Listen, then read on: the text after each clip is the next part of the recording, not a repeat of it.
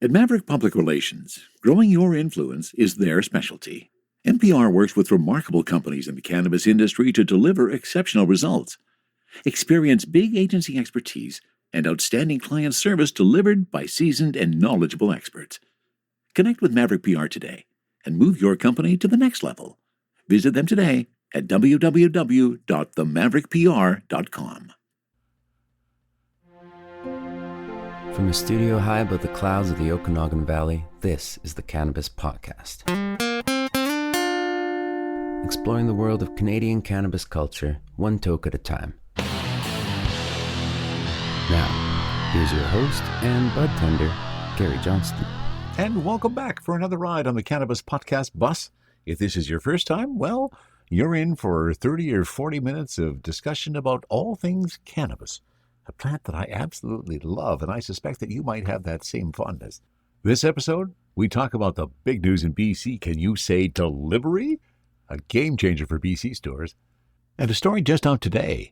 The United Nations is proposing to ban cannabis advertising worldwide. We look at Alberta leading the way to unburden cannabis stores from promoting that they're cannabis stores. The cost of growing unlicensed pot for a CEO and a couple directors. A stop on Indica's side of Cultivation Corner for melt GMO Cookiez. And we'll finish with a story about getting a job thanks to cannabis. All of that and more on episode 74 of the Cannabis Podcast. And the big news out of BC, this is a story from the Vancouver Sun. BC's legal cannabis operators will be allowed to deliver directly to buyers starting July 15. Public Safety Minister Mike Farnworth says the government wants to shrink the illegal market, and allowing delivery to consumers is an advantage retailers have said they need. The government says only adults will be allowed to receive delivery orders, and those who appear to be under age 19 will have to present 2 pieces of identification. Kind of sounds like a cannabis store. Recipients will also have to provide their name and signature to take delivery. Now that's pretty serious. In addition to the new delivery system, the government is removing security verification requirements for workers in the non-medical marijuana industry, and that again is pretty big. Every single person at this point who works in a cannabis store in British Columbia has paid $100 to the provincial government for them to do an exhaustive background check on them, criminal records check, judicial records check, all of those. And everybody had to pass in order to work at a cannabis store. And we all said, why? Well, the public safety minister says in a statement, it has completed security screenings on more than 7,000 prospective workers since 2018 and hasn't identified any significant risk of links to organized crime. Jacqueline Pahota, the executive director of the Association of Canadian Cannabis Retailers, who has been a previous guest on the Cannabis Podcast, says the change means retailers can start hiring to meet customer needs when delivery becomes an option. Adding convenient home delivery to the mix of knowledgeable staff and regulated product can only serve to make the legal cannabis sector the source of choice for more people, she says in the statement. Only cannabis retail store licensees and their employees will be authorized to deliver cannabis. Delivery is limited to residential addresses in BC or to curbside pickup between 9 a.m. and 11 p.m. So that's the 30,000-foot view of delivery in BC. Now, here's a little bit of what it means from a personal perspective, because now every single cannabis store in BC faces the task of, on July 15th, being able to have your orders processed online. Of course, there's many, many different ways to do that. But as described in the legislation, no third party can be involved in the delivery. So every single cannabis store is going to have to come up with their own delivery system, man it, staff it, and figure out the logistics of it. And it is a freaking nightmare. I know it's been done all over the place, but I don't think you're going to be seeing a skip the dispensary anytime soon, because they're saying that it cannot be a third party. Every store has to figure it out for themselves. So that's going to be an interesting next couple of weeks as we head towards July 15th, and delivery for cannabis retail stores in BC becomes possible on that date. And before we dive into too many details, let me recognize a moment that's happening in my personal life outside of the world of the Cannabis Podcast. A world that involves my family, and more specifically, my son Ian. If you've listened to the podcast at all, you know Ian quite well. He's the performer and the composer of the Cultivation Corner jingle. He's been living on the coast for years and years, and the news is that he and his wife Christine are moving back. They're coming to Kelowna. Fabulous news for us, welcoming our son Ian and his wife Christine back to Kelowna. And let me take a moment to say, welcome home. Now let's get to some cannabis news. Now we're going to start with a story from 420intel.com. CannTrust's former CEO and 2 directors charged with fraud over unlicensed pot growing scandal. We've all been keeping our eyes on this one as it has developed. Fraud charges have now been laid against CannTrust Holding Incorporated's former chief executive Peter Ricchetto and 2 former directors, all of whom face possible jail time of up to 5 years if found guilty in a sweeping quasi-criminal case led by the Ontario Securities Commission. Company co-founder and former board chair Eric Paul and former director Mark Litwin are also charged with insider trading following a months-long investigation by Canada's largest capital markets regulator. The OSC moved in following blockbuster revelations in the summer of 2019 that a Health Canada inspection of the publicly traded company uncovered unlicensed cannabis growing at its Pelham, Ontario facility. The 3 men are facing a total of more than a dozen counts that include allegations of making misleading disclosure to investors in a case that will be prosecuted in the Ontario Court of Justice due to its quasi-criminal nature, rather than before an OSC tribunal as a civil matter. And this marks the first time the Commission has gone after a public company over disclosure using its quasi-criminal powers. Quasi-criminal offenses such as fraud and insider trading carry penalties including jail terms of up to 5 years less a day and fines of up to $5 million for each conviction. In a statement Tuesday laying out the charges, the OSC said the allegations relate to efforts to conceal the illegal growing of cannabis at CannTrust over a 10-month period in 2018 and 2019. During this time, the regulator said, the 3 accused did not disclose to investors that approximately 50% of the total growing space at CannTrust's facility in Pelham, Ontario, was not licensed by Health Canada. Furthermore, the regulator alleges the trio asserted in press releases, corporate disclosures, analyst calls, and prospectuses that CannTrust was compliant with regulatory requirements, and they included all cannabis production in the company's financial statements, without stating that half was grown without a license. In addition, Litwin and Aceto signed off on prospectuses used to raise capital in the United States, which declared that CannTrust was fully licensed and compliant with regulatory requirements, the OSC said. Litwin and Paul also traded shares of CannTrust while in possession of other material, undisclosed information regarding the unlicensed growing, the statement says. None of the allegations have been proven in courts, and a first appearance is scheduled for July 26th at 11 a.m. in the Ontario Court of Justice at Old City Hall Courthouse in Toronto. And it'll be interesting to see how that one plays out. What an industry. You never know where this is going to go. From the cannabis-infused studio in the clouds, this is the Cannabis Podcast.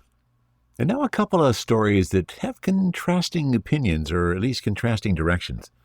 This is a story that in fact just came out this afternoon as I was preparing to record today. UN drug chiefs have called for a worldwide ban on all cannabis advertising. This is a story from Vice.com. In the World Drug Report of 2021 released today, the United Nations Office on Crime and Drugs, the UNODC, said a comprehensive ban on advertising, promoting, and sponsoring cannabis would ensure that public health interests prevail over business interests. The report's authors said they were calling for the ban because young people perceive the drug to be safer than it actually is, a notion that it said had been influenced by persuasive marketing. A ban on cannabis advertising, which the UN can only recommend, not enforce, would work in a similar way to bans recommended by the World Health Organization on tobacco advertising, which have been effective in decreasing smoking in higher and middle-income countries. The idea, with a cannabis advertising ban, is that you put public health interest before commercial interest. Angel Mi, head of research and trends analysis at the UNODC, told Vice World News. Of course, it is up to member states to decide if they want to take up this ban. But you have a large private sector now that is pushing to expand the cannabis market with all kinds of products claiming many things. It's like tobacco advertising 100 years ago, which said tobacco was good for anything. The main thing is to make sure young people are not tricked by adverts into thinking cannabis is a healthy choice when it's not. Today's report revealed that cannabis products have almost quadrupled in strength in the U.S. and have doubled in Europe in the last 2 decades. It found the percentage of THC, the main psychoactive component in cannabis, had risen from 4% to 16% in the U.S. between 1995 and 2019, and from 6% to 11% in Europe. Despite this, the report said the percentage of children and young people perceiving cannabis as harmful has decreased by 40% over the same period. It concluded, such a mismatch between the perception and the reality of the risk posed by more potent cannabis could increase the negative impact of the drug on young generations. In the U.S., weed advertising and branding regulations vary from state to state, but are far more lax compared to those in Canada, which has strict federal laws on advertising and promoting cannabis. In many legal weed states in the U.S., celebrity endorsements are allowed. Packaging can be heavily branded and colorful, and weed shop fronts look like any other store. However, in most states where cannabis has been legalized, there are restrictions on promoting cannabis products to young people. In some states, such as Washington, adverts cannot depict cartoon characters or contain pictures that could be appealing to children. By contrast, in Canada, cannabis shops are papered over and have no adverts on the doors or windows.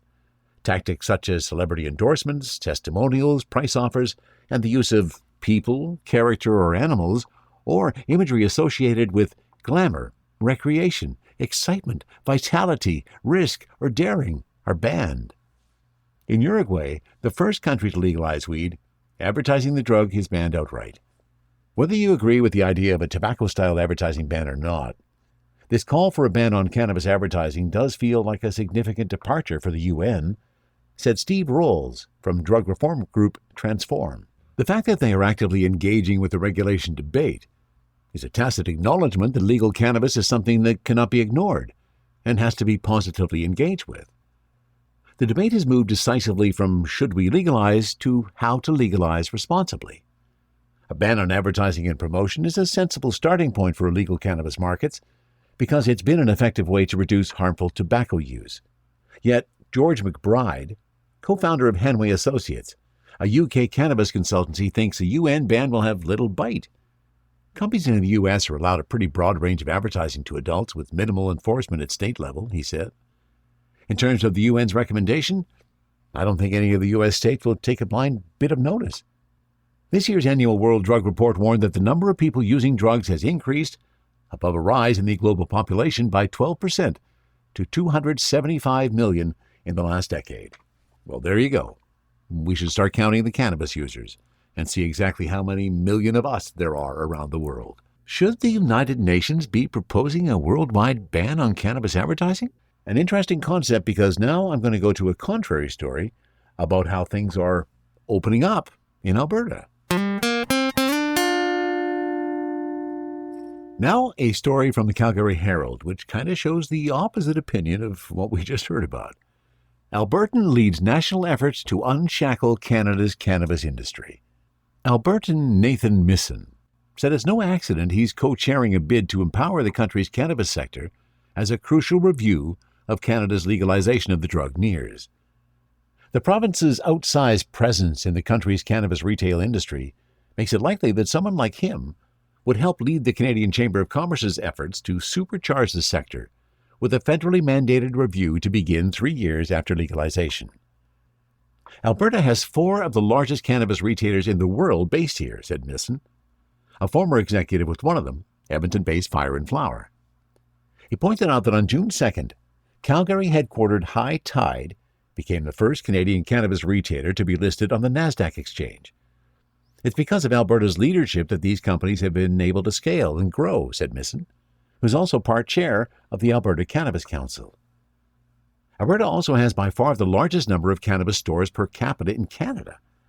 But that critical mass of expertise and its counterparts in other provinces are needed to weigh in on a review of the Federal Cannabis Act, which itself triggers a review of how legalization has worked and what can improve it 3 years in, said Misson. That should include a dramatic liberalization of highly restricted marketing and consumption rules governing the industry, he said. The feds haven't done anything on cannabis lounges. Why can't we have conversations where we have cannabis infused in foods and cannabis cocktails to be served there, said Misson. While Canada dithers on consumption cafes, Border states, including Michigan and New York, are moving ahead on them, he said. The industry is also seeking to lift the 10 milligram cap on THC for individual edible sales and constraints on packaging, both governed by federal law and also areas in which U.S. states have a more liberalized approach. Tight limits on the in-store promotion of brands is another sore spot that should be included in the review, said Misson, and John Carl, Executive Director of the Alberta Cannabis Council. Just as you can sample wine or beer in a liquor store, you should be able to have a hoot of a joint or consume a tiny amount of edible just to get the flavor, said Carl. You can have a big Budweiser display, but in our stores, all you can talk about is how much THC there is in a product and how much it costs. It doesn't make for a very healthy industry. The current 30-gram possession limit for legal cannabis should also be increased, he said. Nearly 3 years of recreational legalization has dispelled critics' worst fears of its societal effects, and the industry should be rewarded for operating responsibly, said both men. For 3 years, we've learned these lessons. Why don't we loosen these rules, said Misson. Ottawa should also loosen product excise stamp restrictions that prevent interprovincial trade, he said. The biggest barrier holding back the industry's development is a mental one, with the stigmatized view of cannabis persisting, said Misson. Our politicians are still caught in the stereotypical tropes of the past. We have to get away from the fear we can't talk about cannabis, he said. The industry now contributes at least $16.5 billion to Canada's annual GDP, said Misson, and should be recognized within an economic framework that allows its expertise to become another of the country's exports. That should include rolling the industry within provincial and federal departments, such as agriculture, he said. Our primary focus has been on health and displacing the black market, but that should expand, said Misson. His National Cannabis Working Group within the Canadian Chamber of Commerce is crafting a presentation for the Health Canada-led review of the Cannabis Act. Misson said Health Canada is still working on the review's terms of reference, and it's not known when that assessment will be launched this fall. But with the possibility of an autumn federal election, it will be fascinating to see what opportunities that creates for the sector, he added. And good on Nathan Misson for taking on that initiative, because the rules, I'm sorry, they are too prohibitive. They're too draconian. It is insane how cannabis is still certainly so stigmatized, as is pointed out in the end of that article. Wow. Things have to get better. Are you ready for liftoff? Don't miss Canada's #1 cannabis conference and trade show, Lift & Co Expo, coming this May 12 to 15 to Metro Toronto Convention Centre. Level up your industry intel at the Lift Cannabis Business Conference. Connect with movers and shakers from across the cannabis industry and preview new products and services from 250-plus exhibitors. Plus, everyone loves Lift & Co Expo's prizes, live music, and more. Visit liftexpo.ca for tickets. That's liftexpo.ca. THC, CBD, terpene profiles, what's in me? Oh, please explain to me. Cultivar Corner, Cultivar Corner, oh yeah. Cultivar Corner, please explain this stuff to me. This is one of my favorite times of the week, when I get to share with you my opening a new cultivar, sampling it and seeing what kind of effect it has. And today on Cultivar Corner, we are doing Melt GMO Cookiez. That's cookie with a Z instead of an S. Now, who produces Melt? Well, let's take a peek, and I'll try and give you some of those details. Do they actually tell me that? No, they don't. So you can see the link to the particular cultivar I'm talking about, and I'm actually going to stop trying to use the word particular. I noticed last episode I used it about 5 billion times, so that will be the last time I'll use it this time. Melt GMO Cookiez is an indica flower, and what's impressive about it, again, let me see if I can give you some more details about who it's from. Agrifarm Corp. is a licensed manufacturer of consumer cannabis products with expertise in both cultivation and processing. Since its founding in 2013, Agrifarm has been on the frontier of the Canadian cannabis industry, producing a wide range of products using best-in-class manufacturing practices and technologies. They're proud to be the exclusive Canadian licensee of some of the best-selling and most awarded brands in the global cannabis industry, including Strain Hunters, Greenhouse Seed Company, Open, and District Edibles. And we are talking right now about Melt. So, there you have the lineage of the company that produces melt. Let's talk about the lineage of melt itself. GMO Cookiez, a cross of the classic GMO Cookiez and OZ Kush. It has a wonderfully complex taste profile, pungent yet sweet, citrus yet spicy. Sun-grown in a high-tech hybrid greenhouse and hang-dried to protect the trichomes, these buds are highly potent with a high terpene content that will lead you into a happy, relaxed, and euphoric journey. And don't we love that description? That's exactly what I'm after one more time.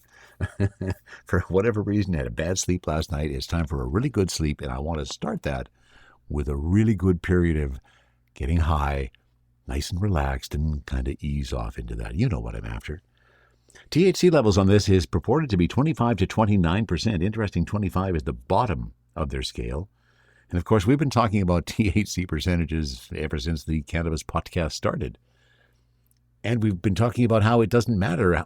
The THC level is not the primary ingredient, but I think people aren't listening. It's become such a race now. Every single LP out there, every micro, every craft producer is trying to generate the highest THC they can because everybody else is. Now, I guess that's all right. I guess, it's a bigger bang for our buck, so to speak, but aren't we paying more because of those higher THC values? Okay, I digress just a wee little bit. This isn't indica. Let's talk about those terps. The terpene levels on this, 5%. That's pretty impressive.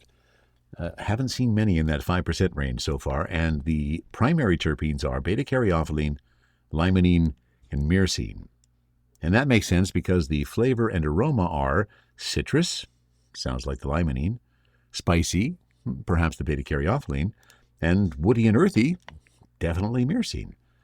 So there we have the aroma, flavor, the terpene percentage. Now, I told you that THC range was 25 to 29%. This package is at 26.6% THC. Now it's time to rip it open and let's see how prevalent that 5% terpenes is in terms of the aroma. The package is opened. One of those pinch packages, which never seem to really pinch for me very well, but once again, cannabis packaging. There we go. Oh, yeah. Okay, that's fairly aromatic. So that 5% terpene profile is fairly impressive so far. Now, interesting, I was having a discussion with one of the people at the store today about the obsession for big buds. If the bag doesn't have a huge big bud in it, people are saying, well, that's not very good weed.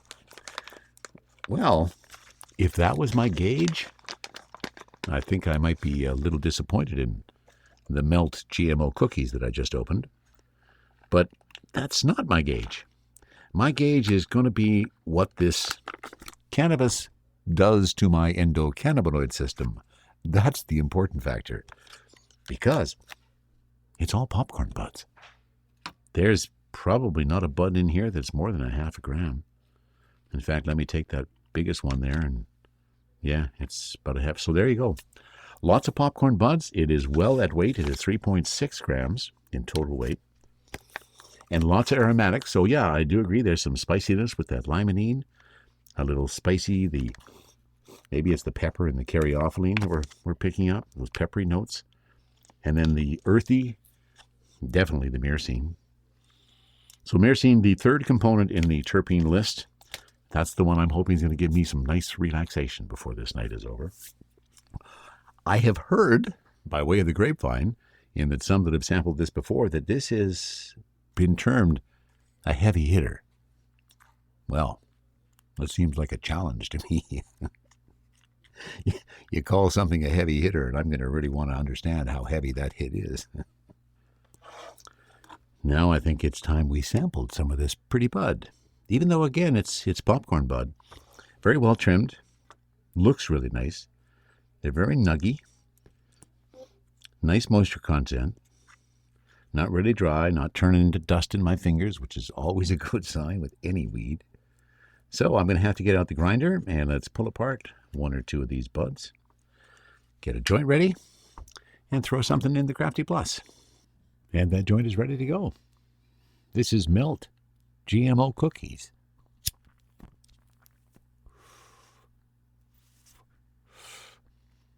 And I'm definitely not getting the same kind of a flavor sensation as I had on our previous edition. So that's a bit disappointing. And I was about to say I'm also not feeling much, but that may be coming on now.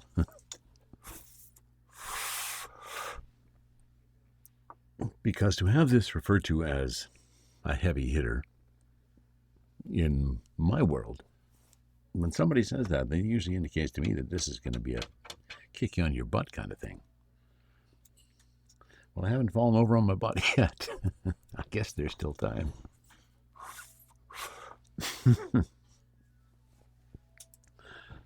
I think it's time we answered the other question, and that is, what does GMO Cookiez taste like in the vaporizer? Because yeah, I am starting to get that euphoric buzz that is something I've grown to really enjoy. Once again, I love being high. So it is coming on now. I can feel the euphoria coming, getting a bit of my happy eyes.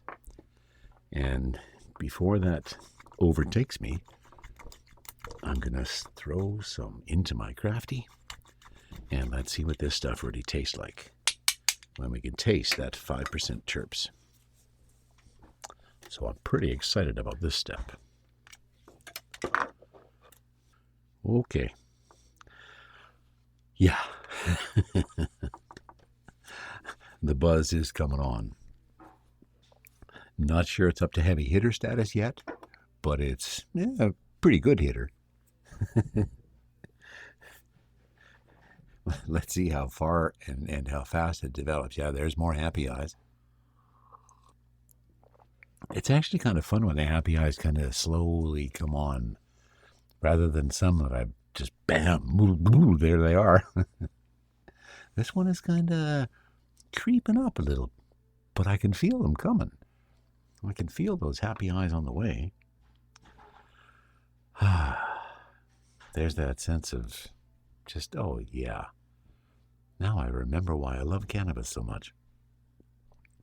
And I know I'm going to have that same sense of euphoric euphoria once the Crafty Plus is up to temp and we get to taste this. That 5% terpenes, and again, in order of appearance, beta-caryophyllene, limonene, and myrcene. Although I have to say, when you look at the link, there's that slow connection of the synapse that might be occurring. When you look at the link, it doesn't actually say beta-caryophyllene, it just says caryophyllene. Perhaps that doesn't matter in the general context of identifying terpenes, and there was that lovely little double buzz of the Crafty Plus, and now let's have a taste of GMO Cookiez and OZ Kush at 5% terpenes.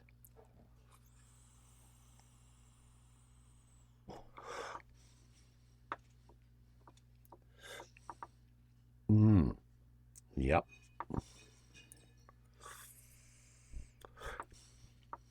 There's the citrus. There's the spice.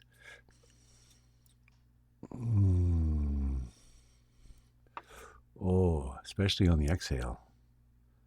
A lot of the spicy notes on the exhale. The woodiness and the earthiness are definitely there. So yeah, you definitely do taste it with the vaporizer.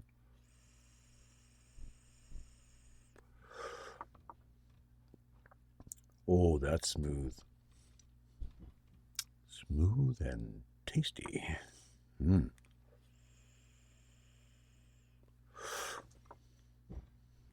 So once more, we have definitively identified that if you truly want to taste your cannabis, you should be using a herbal vaporizer.